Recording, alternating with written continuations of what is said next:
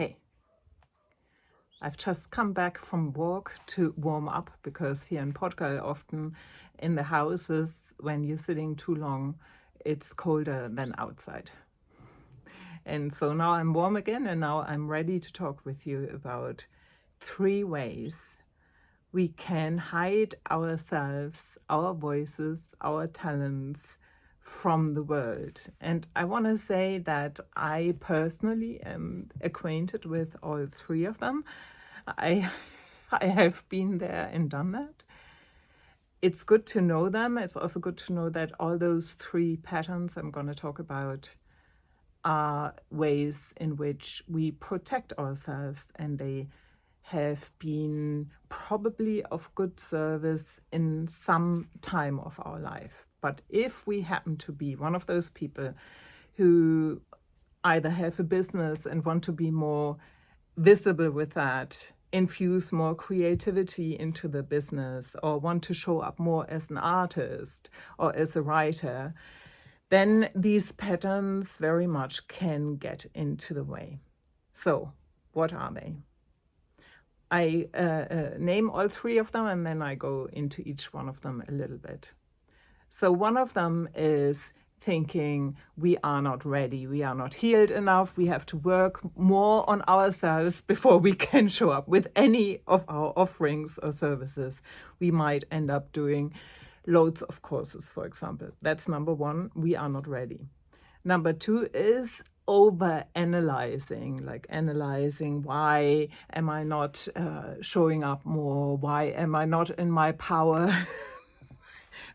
Basically, it's asking what's wrong with me, and it can really lead down into a rabbit hole.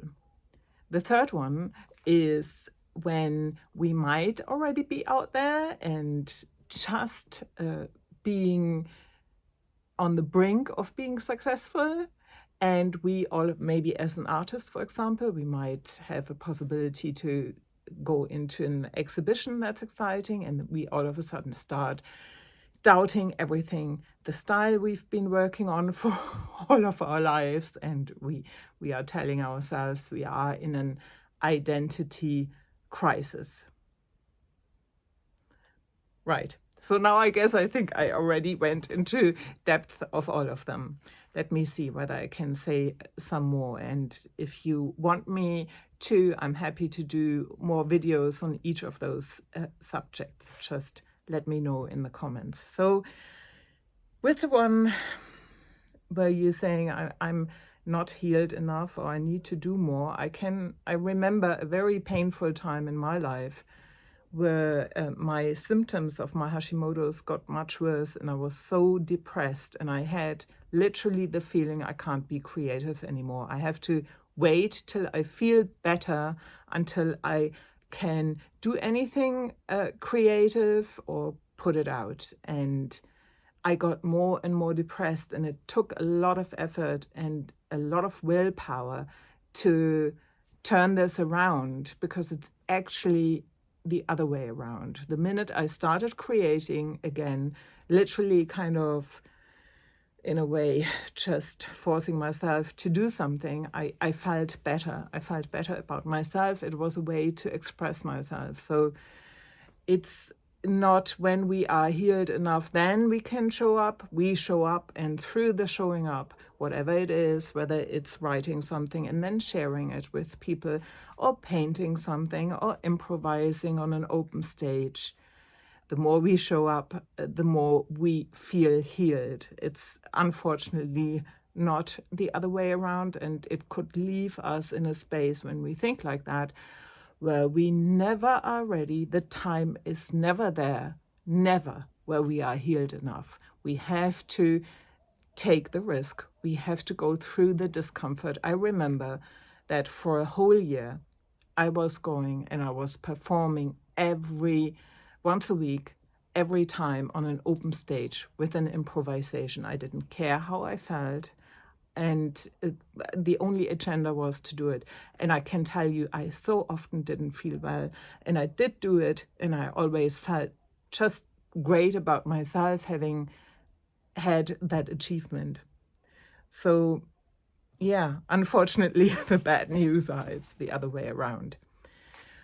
The analyzing bit, I was talking about this. Why am I not taking up more space in the world? Why am I not stepping into my power? Is something that can be very intriguing, where you can read a lot of self-help books and look really into what it is that's keeping you, which can be helpful to a certain degree. I must say, understanding, for example, these patterns we are talking about, and understanding that they are protection patterns and that you don't on purpose get in your own way, that they serve a purpose. I think that bit of information, that's really, really important. But also knowing that the analyzing it such is a voice that wants to keep us safe, and we can sit there. And I literally have analyzed myself into complete and utter confusion where I didn't know anymore left from right. And I would be so paralyzed that I wouldn't know how to move forward anymore. And the joke of it is to somehow let go of that analyzing, to come back more into our body and just do the next little thing. Put the camera on, do a video, share it out there, or whatever it is for you, or write a poem and share it with a friend. So that was not. The other thing with doubting ourselves, with the one thing we have loved ourselves all of our lives, that's a tricky one, because I think it's normal to question things once in a while. But if it is something, I think where we need to look closer is where maybe we are close to really a breakthrough. And so all the fear comes up, but we don't realize, and it shows up as an identity crisis where we are saying, oh my God, maybe I'm not an artist after all, or maybe I should not paint realistically anymore. Maybe I should do abstract. And it's like as if this voice wants to put us on a huge detour because we are too scared to take that next step and too scared to be successful. Because let's face it, if we are successful, there will be more people who want something from us, and we will need to be able to cope with it and maybe work on our boundaries. So I think when that happens, there might be a fear of success behind that. It's good to know these things, to be compassionate with ourselves, and to see so which one applies and how can we manage to move through those three things. I would love to hear whether you can relate. So one was, I'm not ready yet. I first have to heal more. The second is overanalyzing, looking why we are not doing what we are doing instead of doing the thing. And the third one was doubting the very thing that we've been working on our whole lives, the very goal that we really want to accomplish, and therefore not take the next step and not have a breakthrough.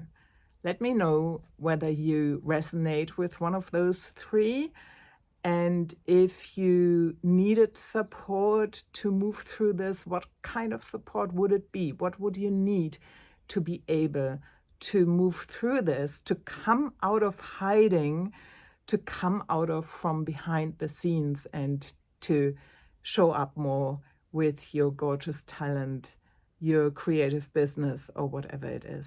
Would love to hear from you. This was Anja Kersten, life coach and artist. Take good care. Bye-bye.